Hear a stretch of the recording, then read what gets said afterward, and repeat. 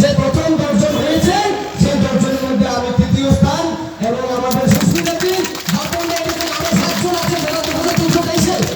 তাহলে আপনি বলুন কেন আমার রেজাল্ট এখন ভালো হচ্ছে? একটাই কারণ, সিলেবাস। আর সেই সিলেবাসটাকে কেউ মোটামুটি না করে আসল জায়গাটাকে না নেবে, শুধু হচ্ছে আনকোয়ালিটি আনকোয়ালিটি।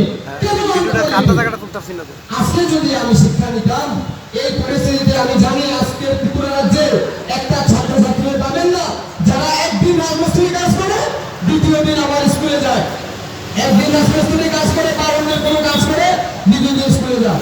আমার বাবা কলকাতা হায়ার সেন্টারে মারা গিয়েছে। বন্ধুরা, আমি আমার ব্যক্তিগত কথা বলতে চাই না, কিন্তু বুকের ভিতরে যে আগুন, সেই আগুনটা আমি জাস্ট উপস্থাপন করতে চাই এবং আপনাদের শেয়ার করতে চাইতেছি।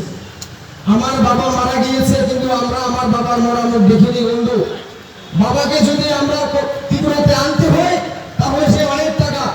আপনারা বিশ্বাস করবেন না আমি কিরকম পরিবারে, আমাদের এক বন্ডা সম্পত্তি আমাদের নেই, আমরা অন্যের বাড়িতে থাকি। আমার বাবা এবং আমরা আমার দিদিমার বাড়িতে থাকি। তাহলে এই পরিবার থেকে আমি আজকে জানান দিতে চাই যে আমাদের মধ্যে যে নদী পার্সেন্টটা, এটা মনে হয় সবচেয়ে বেশি। তো এই নদী পরিবারগুলি যদি আগামী দিন তাদের কর্মসংস্থান চাকরি হারিয়ে ফেলে তাহলে তারা কোথায় যাবে? এখন আপনারা দেখবেন ত্রিপুরা রাজ্যে যে বড় বড় দোকান বা ছোটখাটো দোকান যেটাই বলেন, ব্যবসা বাণিজ্য কি অবস্থাতে আছে, আপনি দোকানদারকে জিজ্ঞাসা করবেন। আমি ভাড়া থাকি উলিপুর একটা বাড়িতে, বাড়ির মালিক প্রতিদিন সন্ধ্যাবেলা এসে আমার সাথে কিছু কথা ক্লিয়ার করে যে এখন আর আগের মতো ব্যবসা নেই। কেন নেই? ত্রিপুরাতে বর্তমানে আর্থিক মন্দা চলছে, আর এই 2323 যদি চাকরি হারিয়ে যায়, কেন্দ্র থেকে একটা বিরাট অংশের টাকা এখানে আসা করতে হয়ে যাবে।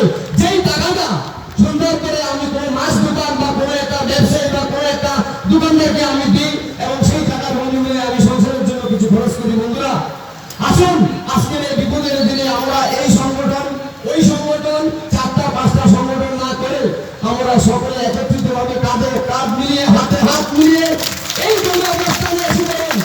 আমি সেই সাউথের 2 এলাকায় বলছি, আপনারা টকশো করেন, আপনাদের কথার মধ্যে যেই সাহিত্য, সেই সাহিত্যের বন্ধুরা আমরা একটু একটু জানি, কিন্তু আপনি যেভাবে কথা বলছেন যেন আপনারাই চাকরি নিয়ে নেবেন।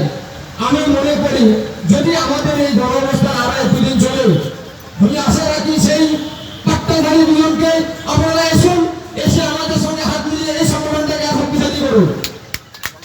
আর বন্ধুরা, যারা অন্যের কথায় অন্যের ভাষায় আপনি বিগলিত হয়ে ঘরে বসে থাকবেন, দেখবেন আমাদের যে আন্দোলনটা, আমাদের যে আন্দোলনের যে সাফল্য, সেই সাফল্য হয়তো সাফল্যতে ছাই ছাই পড়ে যাবে। যাই হোক, একটা কথা বলতে চাই, না বলে নাই হয়।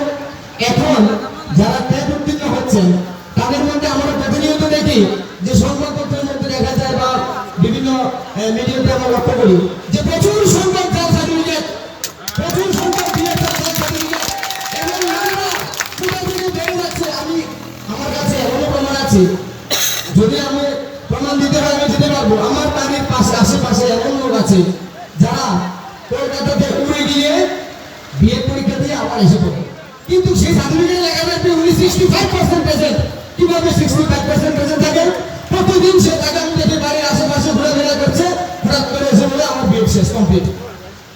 এবং নাম্বারটা যে কোথা থেকে কিভাবে সে বর্ধিত করে সেটা ভগবানই জানে, আর ওই সার্টিফিকেট যারা দেয় তারাই জানে।